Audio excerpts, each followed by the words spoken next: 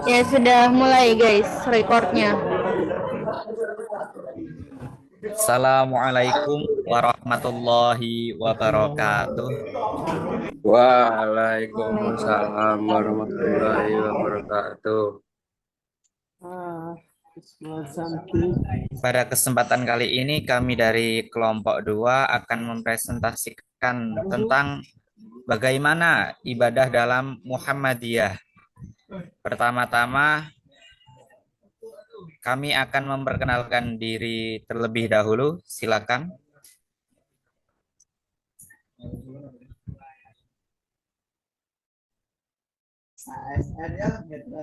Oke, perkenalkan nama saya Muhammad Amar Fadel, NIM 103. Kenalkan, nama saya Is Nurjannah, NIM 104.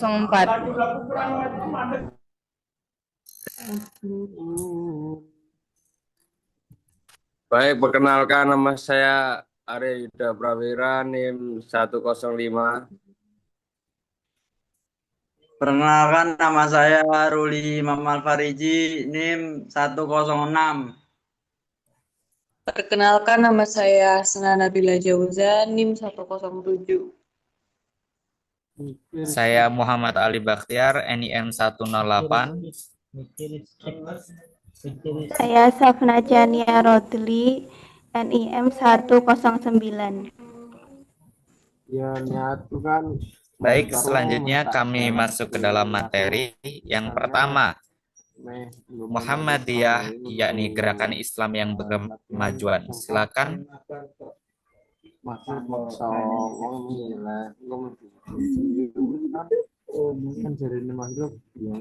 Baik, di sini saya akan menyampaikan mengenai sejarah dan juga visi misi dari Muhammadiyah. Muhammadiyah didirikan oleh Muhammad Darwish atau yang lebih dikenal dengan Kiai Haji Ahmad Dahlan di Kauman, Yogyakarta pada tanggal 8 Zulhijjah 1330 Hijriah atau tepatnya pada 18 November tahun 1912. Hal ini dilakukan sebagai tanggapan terhadap berbagai saran dari sahabat dan murid-muridnya untuk mendirikan sebuah lembaga yang bersifat permanen. Secara umum, kelahiran Muhammadiyah bermula dari beberapa kegelisahan dan keprihatinan mengenai sosial, religius, dan juga moral. Kegelisahan sosial ini terjadi disebabkan oleh suasana kemiskinan. Penerimaan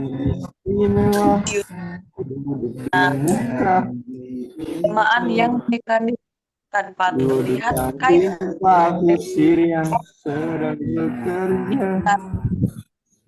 sedangkan kegelisahan moral disebabkan oleh kaburnya batas antara baik dan buruk serta dalam hal ini Kiai Haji Ahmad Dahlan menyadari banyaknya masyarakat Indonesia mengislam dengan berbagai macam tindak murnian ajaran Islam.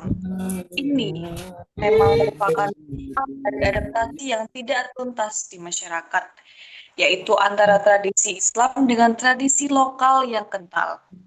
Selain itu, paham individualisme, liberalisme, rasionalisme, feodalisme, hingga sekulerisme dari mana menjadi faktor lain.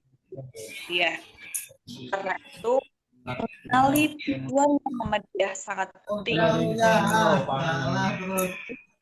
Adanya organisasi.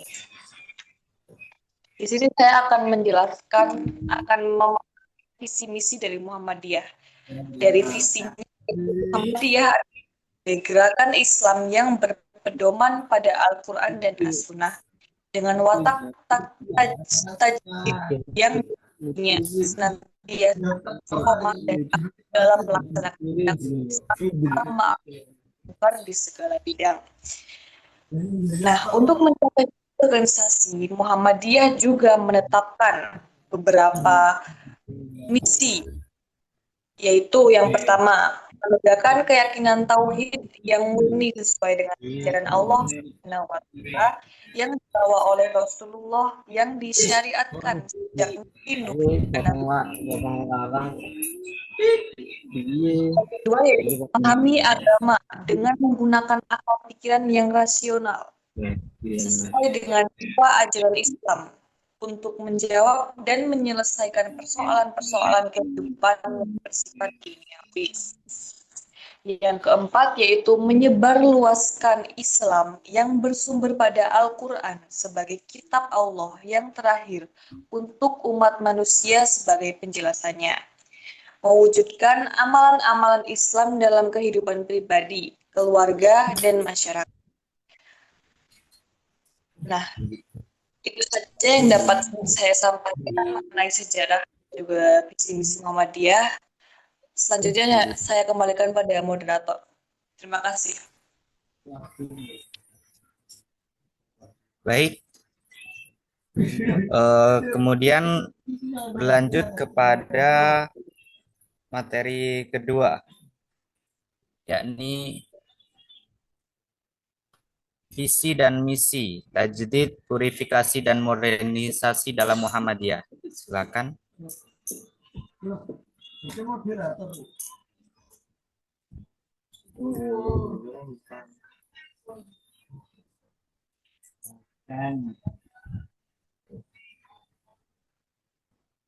Mohon maaf, ini ya, relevansi Muhammadiyah pada masa kini.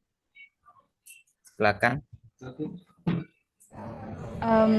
Baik, saya di sini akan menjelaskan mengenai relevansi Muhammadiyah pada masa kini yang kita ketahui bersama bahwasannya perbedaan antara NU dan Muhammadiyah itu terletak pada cara mereka pengambilan keputusan, yang dimana Muhammadiyah itu merujuk atau dia mengikuti zaman. Terus sementara NU dia berpatok pada zaman Nabi. Jadi yang di sini saya tekankan bahwa ada beberapa poin yang menjadikan bahwa pesannya Muhammadiyah itu bisa disebut sebagai dia menyesuaikan dengan masa kini. Yang pertama, dia selalu relevan, yaitu selalu, dan dengan relevannya itu menjadi kekuatan penting dalam pembangunan bangsa melalui amal usaha dan dakwah pencerahan. Terus yang kedua, dan dengan kerelevansiannya ini dia dapat menghadapi tantangan zaman yang ada, yang dimana zaman terus menerus maju dan tidak bisa dipungkiri bahwasannya kita tidak bisa berpatok pada zaman dahulu, seperti misalnya pengambilan hukum. Contohnya pengambilan hukum HP yang apakah diperbolehkan untuk zaman sekarang ataukah tidak diperbolehkan. Terus yang ketiga, ini sangat berpengaruh untuk masa kedepannya. Jadi Muhammadiyah juga punya kalender global Islami Hijriyah, yang dimana dia memiliki kalender yang sudah berpatok untuk beberapa tahun ke depannya, sehingga ini juga yang menjadi salah satu isu terbesar dalam Indonesia, yang dimana perayaan Muhammadiyah dengan pemerintah itu berbeda. Dan perlu diketahui bahwasannya Muhammadiyah itu mengikut pada tidak hanya menyesuaikan kepada perkembangan zaman yang sekarang, tapi sebagai penentu nasib untuk masa kedepannya. Baik, saya serahkan kepada moderator. Sekian, terima kasih. Baik, terima kasih. Kami lanjutkan kepada bagaimana metode pengambilan hukum Islam di dalam Muhammadiyah ini. Silakan.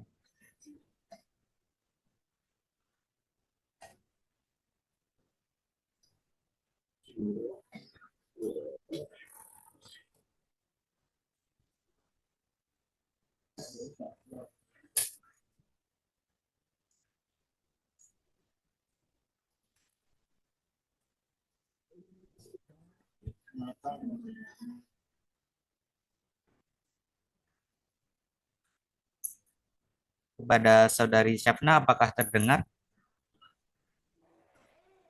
Jadi ada yang pertama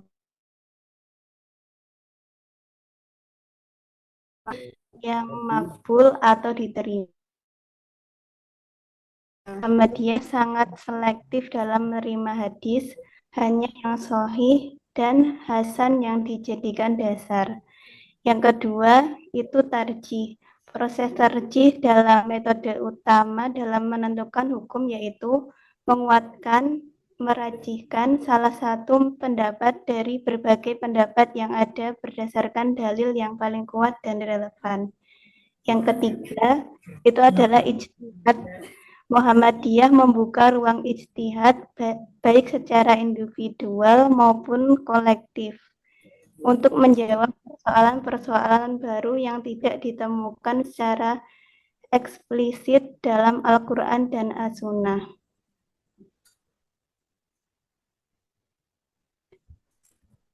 Terus ya itu ada pendekatan dalam muamalah. Muamalah itu apa sih? Muamalah itu ya adalah hubungan antara manusia, termasuk dalam bidang ekonomi dan sosial. Muhammadiyah berpegang pada prinsip asal boleh, tetapi ada dalil yang melarangnya. Yang kedua, modernisasi muamalah. Muhammadiyah mendorong inovasi dan adaptasi dalam praktik muamalah seperti dalam bidang perbankan syariah, asuransi syariah, dan ekonomi digital selama tidak bertentangan dengan prinsip-prinsip syariah. Yang terakhir itu himpunan putusan tarjih menjadi rujukan utama dalam menentukan hukum-hukum muamalah dari hasil pembahasan dan tarjih para ulama Muhammadiyah. Terima kasih, saya kembalikan kepada moderator. Baik, terima kasih kepada Saudari Syafna. Kami lanjutkan kepada materi selanjutnya, yakni pendekatan dalam fikih Muhammadiyah.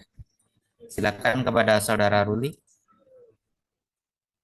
Oke, terima kasih kepada moderator yang telah memberikan saya kesempatan.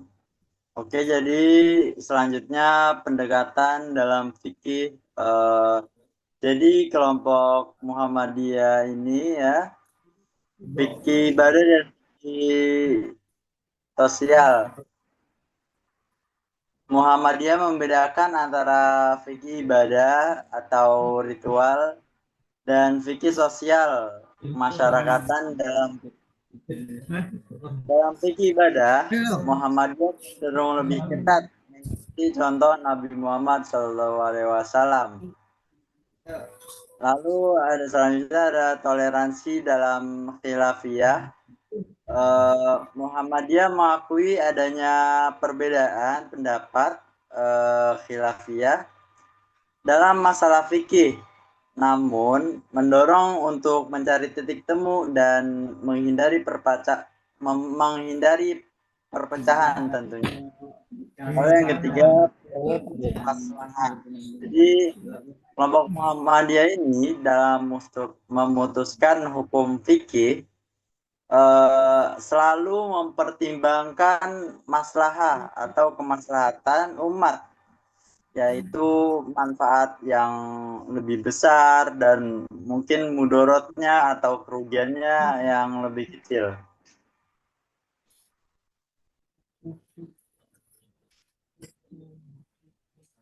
Oke, sekian dari saya kembalikan kepada moderator. Baik, terima kasih. Kemudian kami lanjutkan, yakni pendekatan dalam ibadah Muhammadiyah.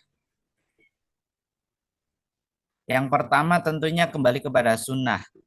Dalam ibadah ini, Muhammadiyah menekankan pentingnya mengikuti contoh atau sunnah Nabi Muhammad SAW secara kafah atau menyeluruh.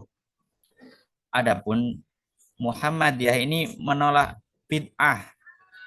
Muhammadiyah menolak praktik-praktik bid'ah atau perbuatan baru dalam agama yang tidak ada dasarnya dalam Al-Quran dan As-Sunnah dalam ibadah. Yang ketiga, ijtihad dalam detail. Muhammadiyah membuka ruang ijtihad dalam detail-detail pelaksanaan ibadah selama tidak mengubah prinsip dasar dan rukun ibadah tersebut. Perlu diketahui bahwasanya ibadah dalam Muhammadiyah ini mengikuti pada juga prinsip tarjih. Nah, ibadah ini merupakan upaya mendekatkan diri kepada Allah Subhanahu wa taala, maka harus dilakukan sesuai ajaran yang benar. Pendekatan tarjih dalam Muhammadiyah ini mengutamakan atau memilih dalil yang paling kuat. Dengan metodenya penentuan hukum berdasarkan Al-Quran, hadis, dan ijtihad ini. Metode tersebut digunakan untuk menyelesaikan perbedaan dan pendapat masalah dalam ibadah. Kemudian kami lanjutkan kepada materi berikutnya.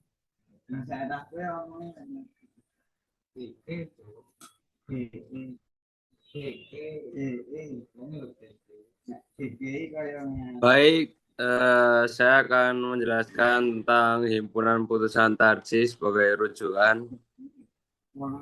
Yang pertama ada kompilasi hukum Islam, HPT atau himpunan putusan tarjih adalah kompilasi putusan-putusan hukum yang dihasilkan oleh Majelis Tarjih dan Tasdid Muhammadiyah yang menjadi rujukan utama bagi warga Muhammadiyah dalam berbagai aspek kehidupan. Yang kedua, proses pembentukan HPT melalui proses kajian mendalam, diskusi, dan tarjih yang melibatkan para ulama dan ahli hukum Islam. Yang ketiga, dinamika HPT.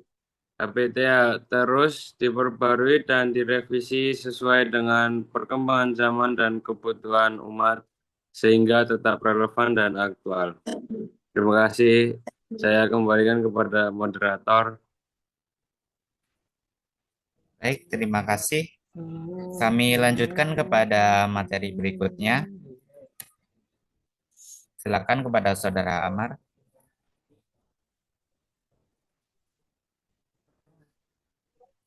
Baik, terima kasih kepada Mas Moderator yang telah memberikan saya waktu untuk berbicara. Jadi kali ini saya membahas pengambilan hukum Islam Muhammadiyah, prinsip tarjih dan HPT. Jadi sumber utama Muhammadiyah itu berpegang teguh pada Al-Quran dan sunnahnya makbul, diterima sebagai pedoman utama. Ini berarti sumber hukum utama mereka adalah Al-Quran dan hadis yang sahih atau dapat diterima. Jadi itu hadisnya dikategorikan atau jenisnya itu hadis sahih atau hadis hasan.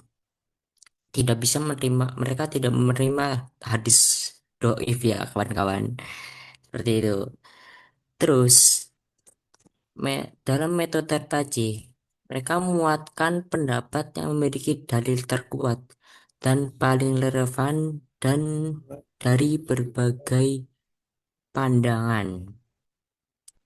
Nah, di sini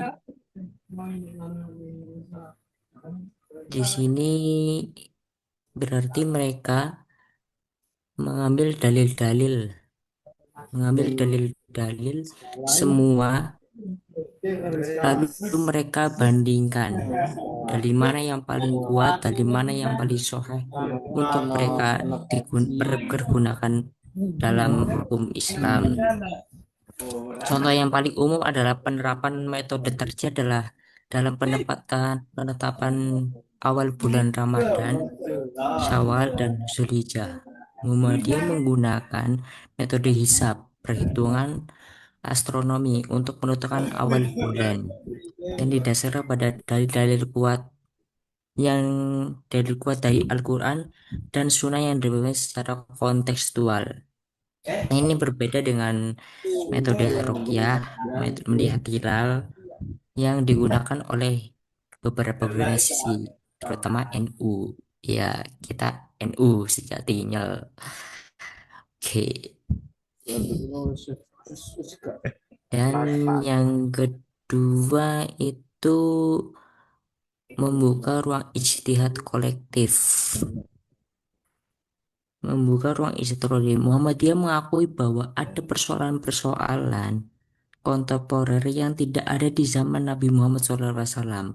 Maka dari itu, mereka Majelis Tarji membuka ruang untuk melakukan ijtihad secara kolektif, ijtihad jama'i, menjawab persoalan-persoalan baru tersebut. Maka dari itu persoalan yang baru saja terjadi saat ini, mereka lihat yaitu kesepakatan para ulama. Nah, yang kedua ada muamalah, hubungan sosial atau ekonomi, prinsip asal boleh kecuali ada dalil yang melarang. Jadi di sini mereka itu saja menggunakan dalil yang dimana boleh, tidak ada dalil yang melarang. Kecuali ada dalil yang melarang, mereka tidak akan menggunakannya. Nah, di sini pendekatan bidang contohnya penerapan adalah dalam bidang ekonomi Muhammadiyah mendukung dan mengembangkan perbankan syariah karena prinsip-prinsipnya dianggap sesuai dengan syariah dan membawa kemaslahatan bagi umat, meskipun bentuknya adalah inovasi baru yang tidak ada di zaman Nabi, atau kata-kata istilah katanya bid'ah. Lalu dalam konteks fikih, dalam ibadah cenderung lebih ketat mengikuti sunnah Nabi dan menolak bid'ah. Jadi pendekatan ini Muhammad dalam ibadah cenderung lebih ketat dan koati pasti. Muhammadiyah mengikuti ajaran atau sunnah Nabi dan menolak praktik-praktik yang tidak ada dasar syar'inya atau bid'ah. Jadi di sini ya mungkin cenderung contohnya adalah tata cara sholat yang kembali kepada tuntunan Nabi Muhammad SAW dan tata cara tayyum yang hanya mengusap muka dan kedua tangan tanpa harus menyentuh tanah terlebih dahulu. Dan juga mungkin seperti contoh-contoh lain seperti sholat tarawih yang di situ 8 rakaat plus 3 rakaat witir dan tidak ada doa dan tidak ada kunut. Mungkin itu. Lalu di sini ada sosial, mempertimbangkan kemaslahatan umat dan mengakui perbedaan pendapat. Nah, di sini berarti Muhammadiyah cenderung lebih toleransi. Nah, di sini dalam masalah sosial Muhammadiyah mempertimbangkan masalah kemaslahatan. Dan di sini dalam masalah sosial Muhammadiyah mempertimbangkan contohnya adalah isu seperti pernikahan dan keluarga, di mana Muhammadiyah mengakui adanya perbedaan pendapat dan mengambil keputusan yang dinilai paling maslahat bagi keluarga dan masyarakat. Jadi mereka mengambil keputusan yang dimana itu paling paling adil bagi semua rakyat. Nah, di sini seterusnya ada himpunan putusan tarjih. merupakan kompilasi putusan hukum resmi Muhammadiyah yang dihasilkan melalui proses kajian mendalam, berfungsi sebagai rujukan utama bagi warga Muhammadiyah yang bersifat dinamis dan terus diperbaharui. Nah, di sini berarti mereka mengumpulkan hasil-hasil muktamar tarjih yang mencakup berbagai persoalan keagamaan, mulai dari akidah, ibadah, hingga muamalah. Contohnya putusan yang ada dalam HPT antara lain putusan tentang tata cara sholat, puasa, zakat, dan haji. Putusan tentang masalah-masalah kontemporer seperti hukum bayi tabung, bank, asuransi, dan lain sebagainya. Putusan tentang akidah ya seperti sifat-sifat Allah dan hal yang berkaitan dengan keimanan. Mungkin itu saja yang dapat saya sampaikan. Kembali kepada Pak Moderator. Baik, terima kasih kepada Saudara Amar. Maka dapat kita simpulkan bahwasanya prinsip-prinsip dalam ibadah Muhammadiyah ini berpegang kepada Al-Quran dan hadis, yang mana dasar utamanya dalam menentukan hukum ibadah. Kemudian ada ijtihad ulama dalam menafsirkan masalah yang tidak disebutkan langsung dalam sumber utama, yakni tadi Al-Quran dan hadis. Adapun Muhammadiyah juga menyesuaikan dengan konteks dan situasinya, yakni hukum disesuaikan dengan kondisi sosial dan budaya umat di Indonesia utamanya. Yang terakhir, seperti yang disampaikan tadi, mengutamakan kemaslahatan berdasarkan maqasidus syariah, yakni menjaga amal, jiwa, akal, keturunan, dan harta yang bisa kita sebut dengan hifdzuddin, hifdzul nafas, kemudian hifdzul akal, hifdzul nasl, dan hifdzul mal. Kiranya begitu. Terima kasih. Apabila ada kesalahan dalam bertutur kata, kesalahan sikap, atau kesalahan informasi, kami mohon maaf kepada saudara-saudara. Terima kasih atas materi yang telah disampaikan kepada saudara dan saudari. Kami tutup. Wassalamualaikum warahmatullahi wabarakatuh. Waalaikumsalam warahmatullahi wabarakatuh. wabarakatuh.